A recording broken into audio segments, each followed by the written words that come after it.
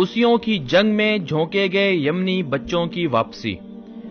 یمن میں ایران نواز حوثی باغیوں نے حکومت کے خلاف بغاوت میں نہتے بچوں اور خواتین کا خوب استعمال کیا۔ اس جنگ میں سب سے زیادہ متاثر ہونے والے بچوں کی عمریں 10 سے 16 سال کے درمیان ہیں۔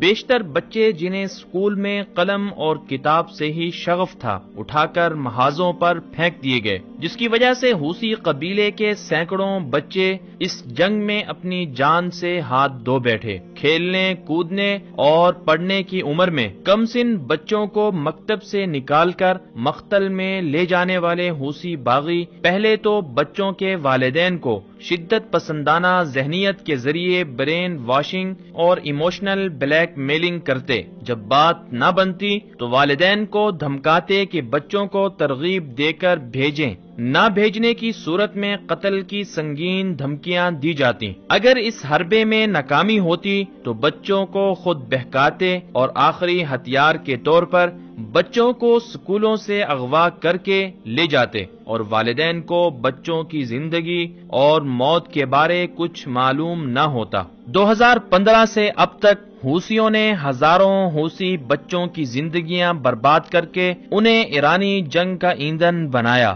2016 میں حوثیوں نے صنعا شہر کے قرب و جوار سے 200 سے زائد کم سن بچوں کو اغوا کر کے دہشت گردی کے لیے جب استعمال کرنا چاہا تو حوثی قبیلے کے بعض لوگوں نے ایران نواز حوثی دہشت گرد عبد المالک حوثی کی تنظیم اور اس کے اعلی کاروں سے بغاوت کا اعلان کر دیا اور ان کا ساتھ دینے سے انکار کیا، جس پر حوثیوں نے اپنے ہی کئی حوثیوں کو قتل کر دیا۔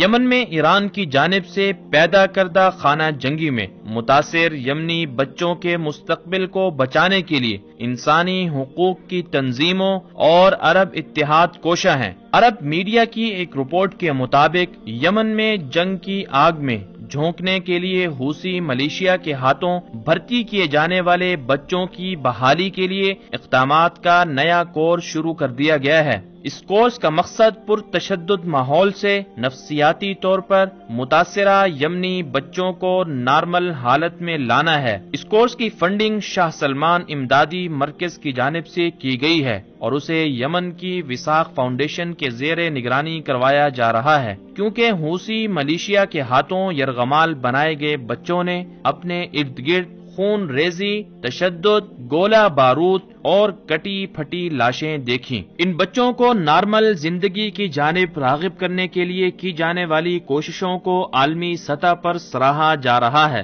یمنی بچوں کے بحالی پروگرام کے تحت اب تک مختلف صوبوں سے تعلق رکھنے والے 161 متاثرہ بچوں کو کامیابی کے ساتھ کورس کروایا جا چکا ہے۔ منصوبے کے تحت 2000 یمنی بچوں کی اس کورس میں شرکت یقینی بنانا ہے، جن کو حوثی ملیشیا نے جنگی مقاصد کے لیے بھرتی کیا تھا۔ واضح ہے کہ پراکسی وار میں کم سن بچوں اور عورتوں کا استعمال ایران کا وتیرہ ہے۔ لبنان میں حزب اللہ کی خواتین اور بچے، جبکہ عراق میں حشد الشعبی جیسی سفاک تنظیم میں بھی بچوں کو درندگی سکھائی جاتی ہے۔ اسی طرح شامی خانہ جنگی میں بھی شامی اور بیرونی دنیا سے لائے گئے کم سن نوجوانوں، بچوں اور خواتین کا بڑے پیمانے پر استعمال کیا گیا اور کیا جا رہا ہے۔